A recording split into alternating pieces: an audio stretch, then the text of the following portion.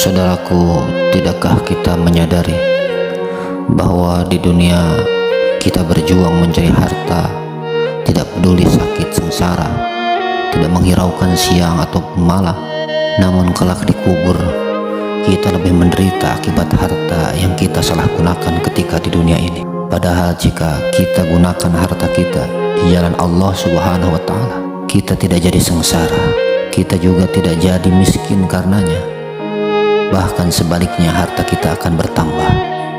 Kita akan dicintai sesama, kita juga akan diridhoi oleh Allah Subhanahu wa Ta'ala. Kita bahagia di dunia dan begitu pula bahagia di akhiratnya Allah Subhanahu wa Ta'ala. Ingatlah saudaraku, kita akan pulang ke akhirat hanya sedikit sekali, 2,5% saja saudaraku. Tapi yang sedikit itu justru akan menyelamatkan kita dalam keselamatan yang abadi selama-lamanya.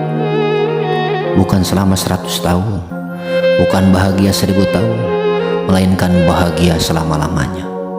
Sisanya akan kita tinggalkan untuk kesenangan orang lain. Yani harta yang kita tinggalkan akan menjadi warisan. Ingatlah saudaraku, orang lain senang di dunia dengan harta kita, namun kita sendiri akan menderita selama-lamanya di kuburnya Allah Subhanahu wa Ta'ala dalam kesendirian. Saudaraku, sebelum kita menyesal dalam penyesalan yang panjang, didiklah anak-anak kita dengan baik, tanamkanlah agama kepada mereka. Kita pasti selamat di dunia dan kelak di akhiratnya Allah Subhanahu wa Ta'ala. Supaya kita lebih yakin akan hasil pendidikan terhadap anak-anak kita, seorang sahabat Nabi Shallallahu Alaihi Wasallam, yakni Abi Qatadah radhiyallahu anhu, dia suatu malam beliau bermimpi pintu kubur terbuka dan semua ahli kubur itu berada di atas kuburnya masing-masing, dan di hadapan masing-masing ahli kubur itu terdapat satu hidangan untuk ruh. Lalu tiba-tiba beliau melihat bahwa ada seorang ahli kubur tidak mempunyai hidangan di hadapannya. Oleh sebab itu Abi Qatadah radhiyallahu anhu bertanya kepada ahli kubur yang tidak menerima hidangan tersebut. Abi Qatadah bertanya, "Mengapa engkau tidak menerima hidangan tersebut? Mengapa engkau tidak mempunyai hidangan seperti saudara-saudaramu yang lain?"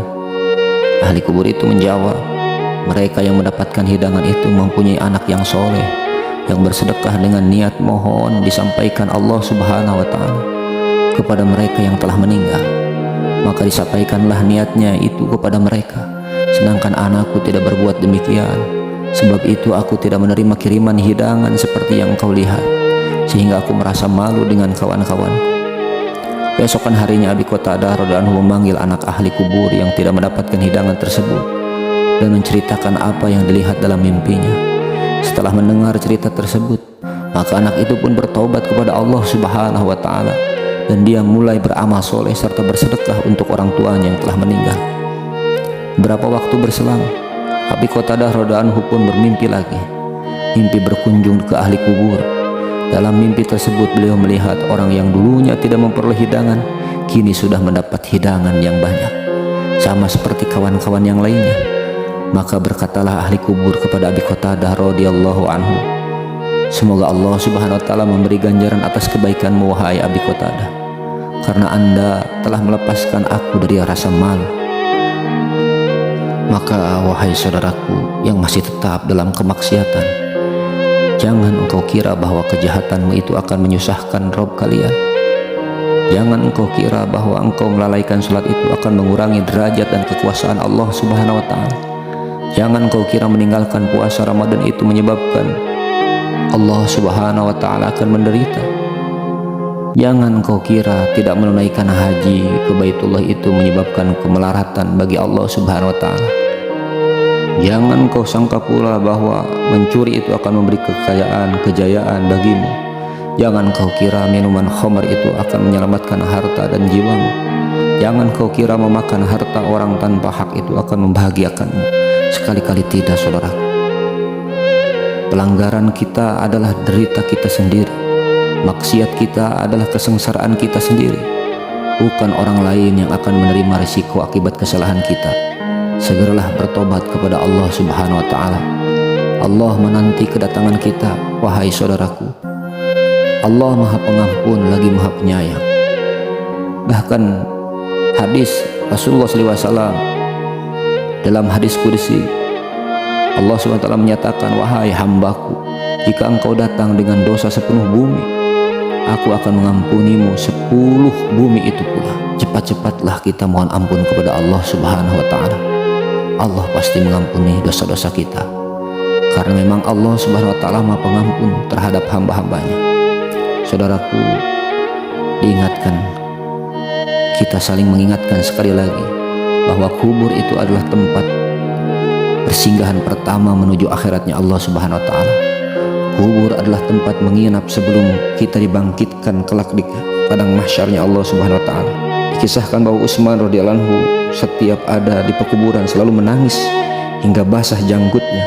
Sahabat bertanya, mengapa engkau selalu menangis bila berada di pekuburan, wahai Amirul Mukminin? Maka Utsman menjawab, bagaimana aku tidak menangis, wahai sahabatku? Nabi Muhammad SAW pernah bersabda, kubur adalah rumah pertama menuju akhirat. Jika orang berada di dalamnya itu selamat, maka sesudah itu dia akan mendapatkan kemudahan-kemudahan. Tapi kalau dikubur dia mendapatkan siksa, maka sesudah itu dia akan lebih sengsara lagi daripada itu. Kubur dan rumah itulah dua kata yang berbeda, tapi fungsinya sama, saudaraku. Rumah tempat tinggal, kubur pun demikian. Itulah bahasa yang digunakan oleh Nabi SAW untuk menarik perhatian kita. Seandainya di dunia orang tidak mau tinggal di gubuk, seandainya di dunia orang tidak mau tinggal di bawah kolong jembatan, seandainya di dunia orang terus memperbaiki rumah dengan menghabiskan anggaran ratusan juta, padahal hanya dipakai untuk sementara, lalu mengapa orang melupakan rumah kedua yang pasti akan digunakan? Entah berapa juta tahun kita tinggal di sana, hanya Allah Subhanahu wa Ta'ala yang tahu. Maka atas perkara itu, kita sama-sama istiqomah dalam taat kepada Allah Subhanahu wa Ta'ala sementara saja, untuk kebahagiaan yang selama-lamanya.